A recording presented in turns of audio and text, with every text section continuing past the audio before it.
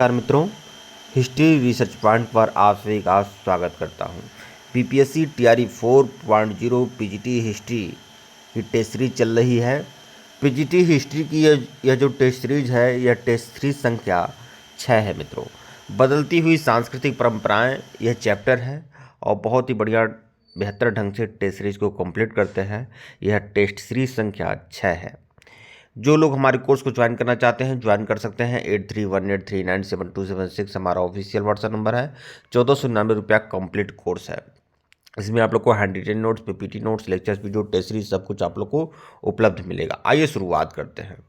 बदलती हुई सांस्कृतिक परंपराएं यह आपका चैप्टर है और यह टेस्ट सीरीज संख्या 6 है मित्रों। जितने भी प्रश्न हैं काफ़ी महत्वपूर्ण हैं। इसके पहले का वीडियो नहीं देखे हैं तो प्लेलिस्ट में जाइएगा।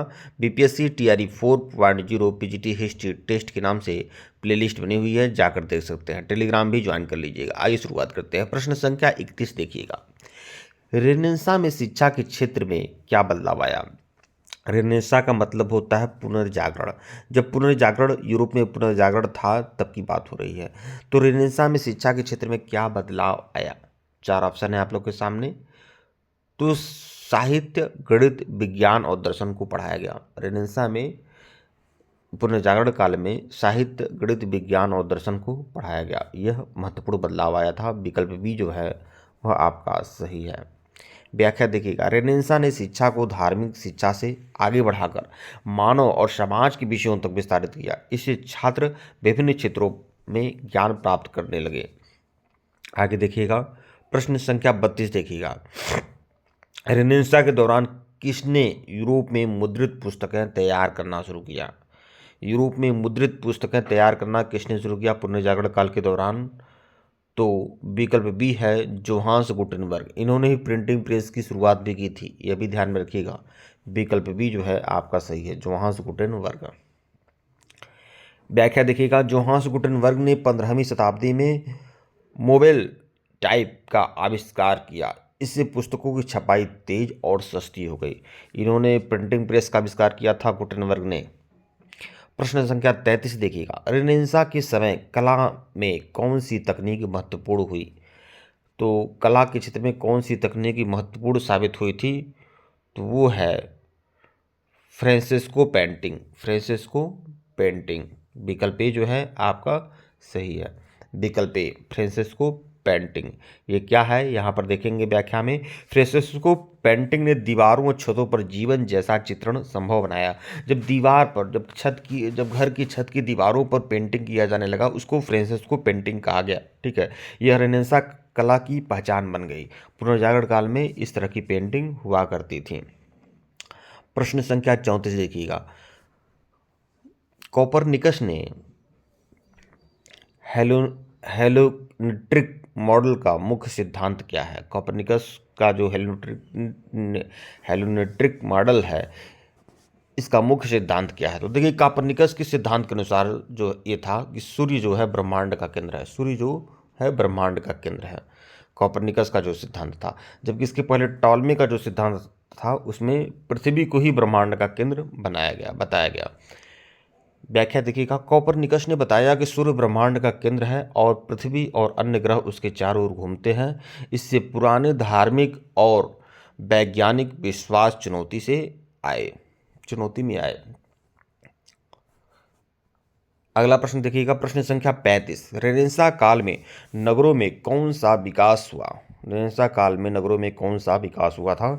तो विकल्प बी कला, शिक्षा, व्यापार और संस्कृति। कला, शिक्षा, व्यापार और संस्कृति का विकास हुआ था। विकल्प बी जो है वह आपका सही है।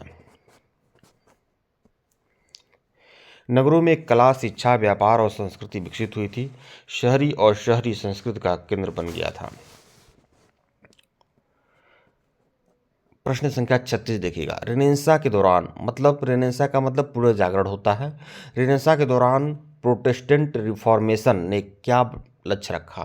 रेनेसां काल के दौरान मतलब पुनर्जागरण काल के दौरान प्रोटेस्टेंट जो आंदोलन था उसका क्या लक्ष्य था? जो चर्च को की भ्रष्ट प्रथाओं का विरोध करना, जो चर्च में भ्रष्टाचार था, चर्च में जो अंधविश्वास था उसको दूर करना ही प्रोटेस्टेंट आंदोलन का मुख्य लक्ष्य था। विकल्प ए जो है आपका सही है। व्याख्या देखिएगा, प्रोटेस्टेंट रिफॉर्मेशन ने चर्च में भ्रष्टाचार धार्मिक दमन के खिलाफ आवाज़ उठाई थी और मार्टिन लूथर इसके प्रमुख नेता थे। ठीक है, मार्टिन लूथर जो थे इसके प्रमुख नेता थे। प्रोटेस्टेंट आंदोलन के प्रमुख नेता कौन थे? Martin Luther. प्रश्न 37 देखिएगा, रेनेसां में अमीर वर्ग ने कलाकारों और विद्वानों का क्या किया?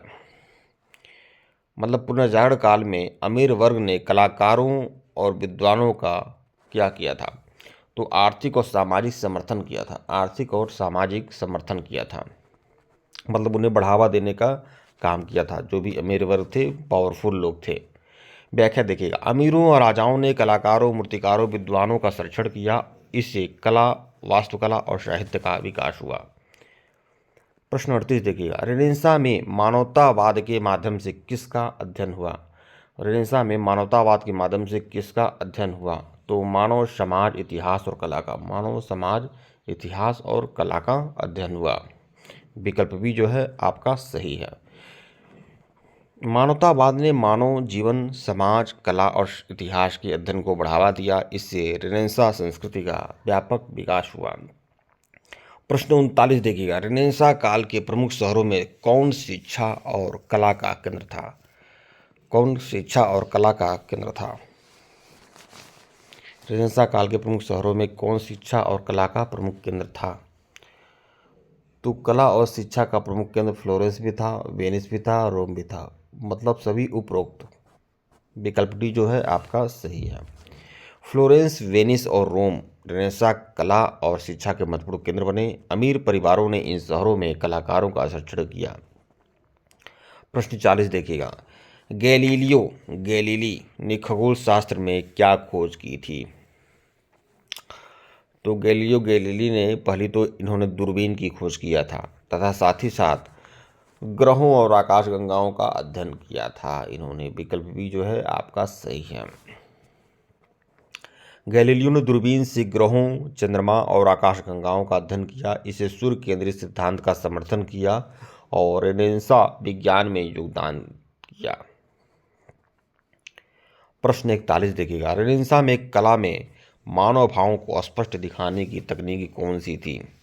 रेनेसां में कला में मानव भावों को स्पष्ट दिखाने की तकनीक कौन सी थी? तो परसेप्टिव और शेडिंग।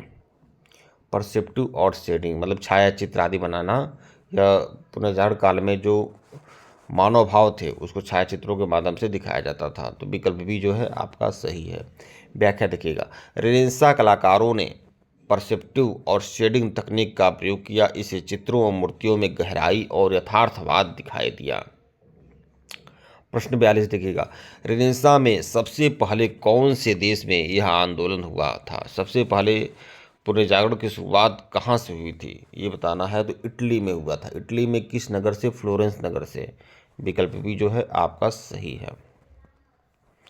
व्याख्या देखिएगा, रेनेसां की शुरुआत इटली के शहर फ्लोरेंस और वेनिस से हुई थी। यह कला और रेनेसां की शुरुआत इटली के शहर फ्लोरेंस और वेनिस से हुई थी। यह कला, साहित्य और शिक्षा के केंद्र विकसित हुए थे यहाँ पर। प्रश्न 43 देखिएगा, रेनेसां में मूर्तिकारों और डोनेल्टो किसके लिए प्रसिद्ध है? मूर्तिकार डोनेल्टो किसके लिए प्रसिद्ध हैं? तो रेनेसां में जो मूर्तिकार डोनेल्टो थे वो किसके लिए प्रसिद्ध थे? तो यथार्थवादी मानव मूर्तियाँ, यह मानव मूर्ति बनाते थे डोनेल्टो।